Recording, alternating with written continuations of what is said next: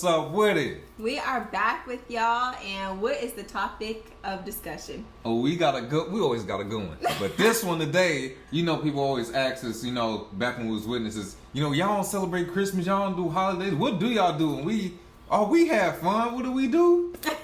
Party. We party. Witnesses party. Yeah, we have so much fun. Yeah, so much. It's the best time ever. Good association. So that's what we about to talk about. Them witness parties. Okay, so basically there are like 4 main things that Jehovah's Witnesses celebrate.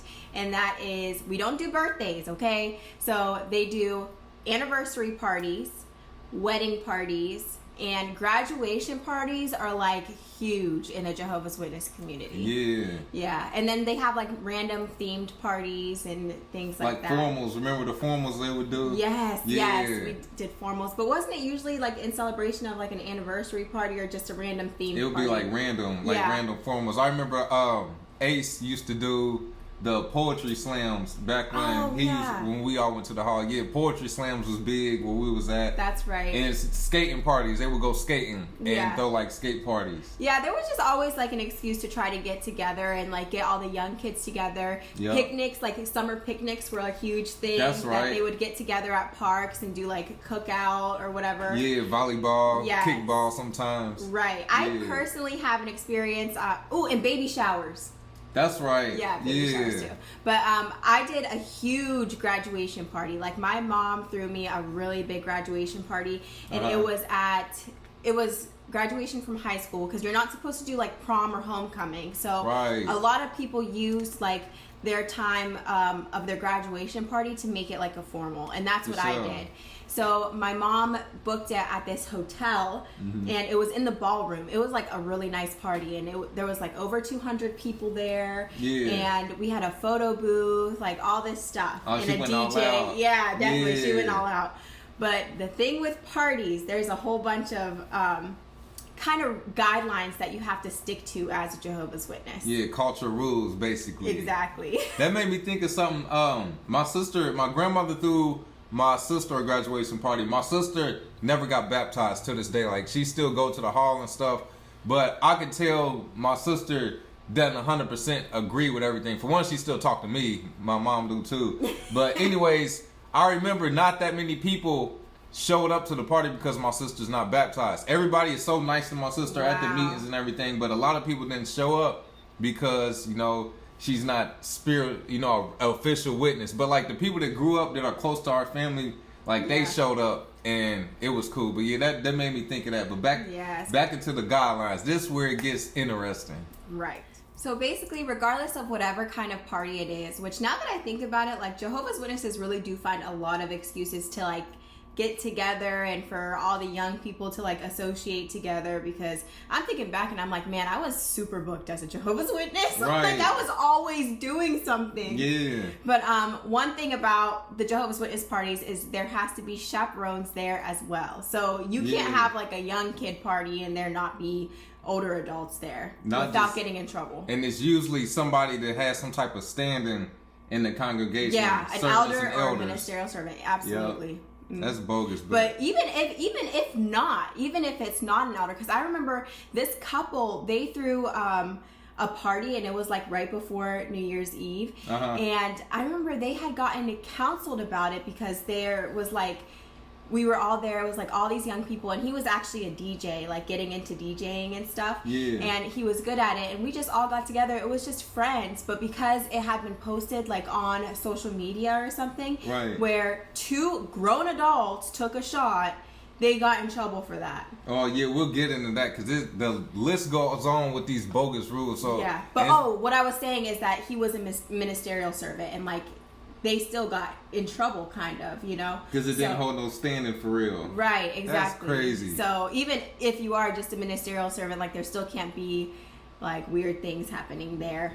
According to them, yeah. Yeah, so you gotta have chaperones, and then and it was so bogus. A lot of this is not scriptural, and if you don't invite brothers and sisters, like everybody, if it's open, everybody, you get counseled on that. And it was a brother that used to throw these parties back in like the 90s, and he was real popular. This is the brother I mentioned before that was getting in trouble for some other type of parties. But this, I can't remember if this is either before or after that incident. I know he was always popular, and everybody liked to hang with him, and he had a real big house, and he would throw these parties. But you know, it's real cliquey in these organizations. Each hall got their cliques. And it ain't nothing wrong with that. You vibe with who you vibe with. Well, he would invite these people to his parties, and eventually he ended up having to switch halls because they kept hounding him about throwing these parties and not inviting everybody. What, a couple hundred people at the hall back then at each congregation, and people mad that you're not inviting all 200 to your house. Y'all don't vibe like that. Oh my gosh, that is so frustrating. I remember that with my graduation party too. Like,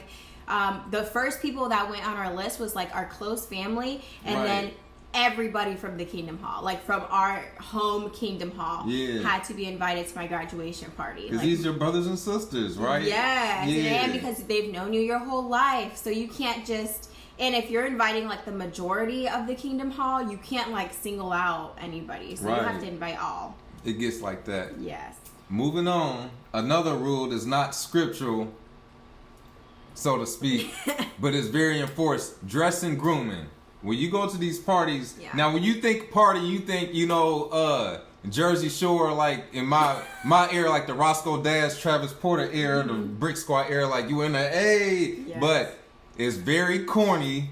The dress and grooming, like the average witness, like you got a couple people that's like kind of fly, but on average they might have on a sweater. They look like they halfway going to the hall, halfway chilling at the house. They might have on some jeans with a tucked in sweater and some sneakers. Dresses, like jeans and a top was like average dress code for most of these parties, or like a dress or something.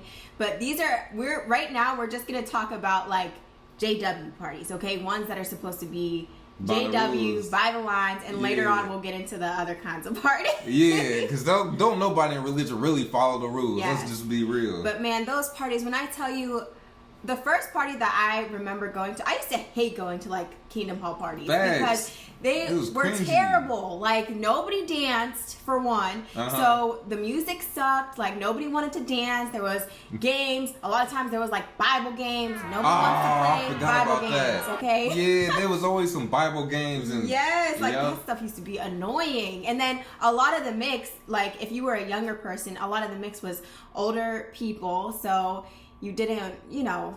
Yeah, it was cringy. So the dress and grooming, that blew it. And don't wear nothing that's too flashy or too much, because you're gonna get talked to or pulled to the side. And when you get back to the hall, you know, the next day or whenever the next meeting is, somebody gonna talk to you. Man, we had this Trinidad brother in our, I think he was from Trinidad. But anyway, he was at our Kingdom Hall, and it was him and his wife, and then they had a son. But him and his wife used to be decked out in like all gold because they're from Trinidad. So that was just like the culture. I don't really think that they ever got in trouble for it because it was his culture, you know what I mean? But usually, like, if you're wearing a bunch of gold jewelry or things like that, like, that's kind of a no-go. Yeah, and what's wild, we supposed to be, we was all supposed to be one organization, one, thing, but the rules shouldn't be able to change over here versus over here if we all are one, you know what I'm saying? Yeah, one organization. It should be the same rules. It's the same thing with the beard thing. You go to one place and they're allowed to have beards, and then you go to another place and they're not allowed to have beards. So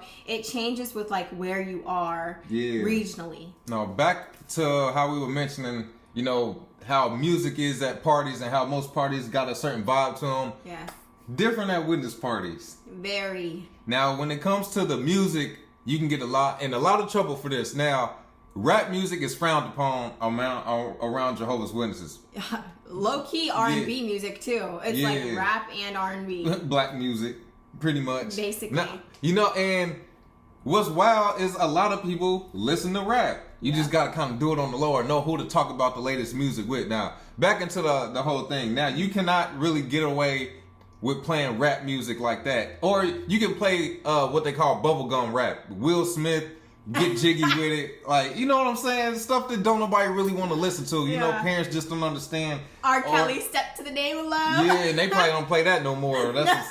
And what else? Like you can wobble and the cha-cha slide. Oh, that was at every single. And I hated it. That's when I was ready to leave. Like, bro, cut this. I'm out. Man. You hate line dancing. I hate that. That stuff is as corny. soon as they come on, he's like, yo, like, man, them songs is trash, man. Cut that off. But yeah, and I was thinking one time when one of my friends back then was getting married, Michael Jackson was playing at his wedding reception. Yeah. And one of the elders is like, you know, I feel like we shouldn't really play Michael Jackson. You know, he turned his back on Jehovah. It's like, man, if he didn't turn his back on Jehovah, we wouldn't have these bangers. Right. He did us a favor. Him, Prince, but they can get real tricky. And you know something you would mention? What? How the DJs get in trouble at a lot of these functions. A lot of witnesses get into DJing because it's perfect. Like, they have so many parties that they can DJ at. Right. Everybody's always looking for a DJ. But it comes with such a headache. A lot of them end up stop DJing, like, completely, because it's just too much. Like, they get in trouble after every party or whatever that they DJ for about one of the song choices. Somebody's always offended about something. Always. So it's just too much of a headache for them to continue on. Yeah, so they just say forget it. This is another wedding. Matter of fact, these was months apart. Another wedding, the brother played, it was turned down for what? And it was like some type of remix, but it was unedited. Ooh, and the CO was there too. I wish this was on camera. The CO was there because, you know, everybody want to flex. Like, oh yeah, we cool with brother so-and-so. We're going to invite him. He was there and it was like, let's turn this mother out. And then after that, it shut off. And my cousin, I'm so sorry my cousin don't talk to me no more because of this organization. But we both raw, uncut, dark humor. And he said, boy, his face, his big mustache dropped down like Steve Harvey when that came like... Man, we was in there rolling, but that's the stuff that happened. So and you know, that brother got counseled after that. Cause, you do. Yeah. Like, it's just so much of a headache to even DJ for these parties. Yeah, because it's no matter what you do, it's gonna be a complaint. Yes, but always. you know what kind of was fun was the Hispanic parties. They wouldn't get as much trouble. Like, you could literally be singing like the cringiest of songs in the Hispanic world. Yeah, you know, and at the Hispanic parties, like, people would dance because it's just in the blood to dance, right? You know? But I went to like a completely suburban hall, you know what I mean? So it was mostly white people, and just in general, like, white people usually don't dance, you know? Like, that's like a rhythm. Yeah, that's like a black person in like Hispanic, like other cultures, you know, that dance a lot. Right. But a lot of my white friends, they just didn't dance. Yeah, they just didn't. Yeah. So I'm telling you, when I went to the first like Spanish Kingdom Hall party, I was like, oh yes. It's like, man, there's some flavor in here. Yeah. Another major thing with a lot of these parties was like no liquor, no shots, nothing like that, because it's feeding into, I don't know, alcoholism, or there's people there that might be struggling with addiction. So most parties just on the safe side didn't have the liquor, so to speak. Yeah, people would bring them in. Yeah, it gets tricky. A lot of elders, I think they would drink wine sometimes. To elders, for some reason, wine was super acceptable because Jesus turned water into wine, or whatever the thing was. So wine is biblical, but liquor is not. So like wine was allowed. They do the same thing. It just tastes different. Shout out to Tony Morris, because I'm sure he was like a wine head. He probably got his own brand and everything. He like Jeezy in there, or 50 with vodka. Right, that part. Ain't no telling. But this is where things get tricky. So we covered the rules, so to speak. Yeah. Because you get a lot of party snitches. Like we mentioned the DJs. Somebody might go back, they played this, or whoop-de-whoop. So this is where things, because don't nobody really follow these rules for real. They just kind of put up a front. Somebody's conscience was always bothered, so they'd go back and tell the elders about whatever. Every single time. They were irritating. Now this is where it gets tricky. People would throw parties, but you just know who to invite. Oh my God. Y'all watch the comments on this. When I tell y'all need to share your JW uncut party moments. Yeah. When I tell you, a lot of JWs can party, okay, but you're just not inviting like the people that would tell on you or whatever. Yeah, you invite the ones that you didn't seen or you know that Are don't. cool. Yeah, that they don't follow the rules. I remember when we met. Side story, my aunt was telling me back in the 90s they had a friend. Mm-hmm. He cool people because if he had commented on my stuff, he's still one of my Facebook friends. Yeah. And he kind of played both sides, but he would throw the best parties, and everybody in Ohio would come down to Dayton. If you from the area, you probably know of him. He would throw these big parties, and it would get out of hand sometimes because some people would come that wasn't witnesses. Like somebody might invite their cousin, and people would be outside smoking and drinking, and it would just get wild. But he would always throw these parties. Yeah. And fast forward to when we met, and your friend's dad, they were super cool. They had the cool parents. And he was talking about the party. Yeah, because he was from Cleveland. I'm from Dayton. He's like, man, we used to ride down to Dayton. Me and my boys used to go down to these parties, but they started getting a little out of hand. I was like, was there such and such party? She was like, yeah. He said, yeah, man, we used to come down to them parties, man. They used to get wild, man. Yeah. But yeah, that's not a new thing. Like people always kind of did their own type of parties. Yes, it's swept under the rug, especially when you're growing up and like, okay, there's the JW like witness community or whatever. It's big, but it's small, especially like with younger people and like teenagers, early 20s, even getting up into like your early 30s. Everybody knows everybody. So from multiple states, like everybody knows everyone, and people like to get together. Like they want all their friends from all these different states. So you throw like random parties and invite just the cool people, or you would have like the older Kingdom Hall people there from this time to this time, and then after that it was boom for the young people. Or what's the move after this? Right, exactly. And it would just get wild. Like those parties would get wild. People were always bringing weed or liquor. And people always get in trouble from going to parties. A lot of the times people got disfellowshipped or reproved from at the party. From what happened at parties. And once you wake up, you realize like it's nothing wrong. People in their late teens to early 20s, this is what you do in real life. Like you want to have fun. You old enough to drink. What we drinking on, what we sipping on. That's the move. But in this world, you told to not be normal. Like, exactly. No, you're not allowed to want to have fun. This is fun. This is wholesome fun. Yeah. But witnesses still have this like craving as you're getting older to like go to the club or go to these parties and like actually like let loose. You are literally taught to be by the rules for your whole life, you know what I mean? So going out to the club or something is like cliche in the organization, but people do it because they want to, you know what I mean? There's always a curiosity there. So they're excited to go to the club. That is, and that's funny you brought that up because the club is frowned upon, especially big time. Like once I remember, so us from Dayton, we didn't really have like a big party scene as far as like the people inside the organization.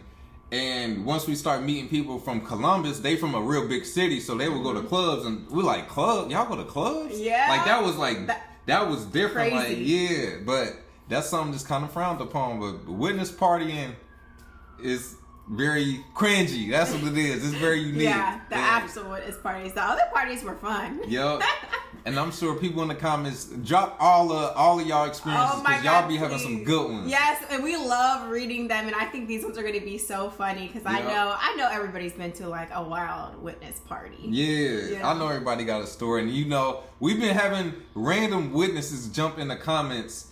Like somebody said how all the halls are getting empty now. This is off topic, and you know we made the video like, man, the Kingdom Halls are shutting down and they losing members. You guys are too poor to afford technology just because everyone's on Zoom meetings. No. I did not see that comment. I seen it. All I did as a reply, I just was like, you're not being a very good slave and servant by watching these videos. And hopefully we can afford better technology by you watching our videos. Thank you. But, you are petty. Yeah, but no, fool. I was going to the hall before COVID, before Zoom was a thing, and it was dying in there. Yeah. I know you don't want to admit it, but yeah, so all the witnesses in here are going to comment, you know, our parties are good times. No, they're not. They're not good times. They are very, very boring, and I don't want to sit here and memorize, you know, what comes after Isaiah in the Bible and raise my hand and get, you know, a sticker. Like, that's corny, man. That's not fun. I want to drink liquor and do fun stuff. And you want to do it too. Yeah, but we just had to put that in there. Yeah, that part. Yep, but that's JW partying. Either you been there or you curious about it because you know witnesses sound like they live boring lives. Yeah, facts. So we'll catch y'all on the next one. What they got to do, babe? Like, comment, and subscribe. Yes, indeed. We'll catch them on the next one. Peace.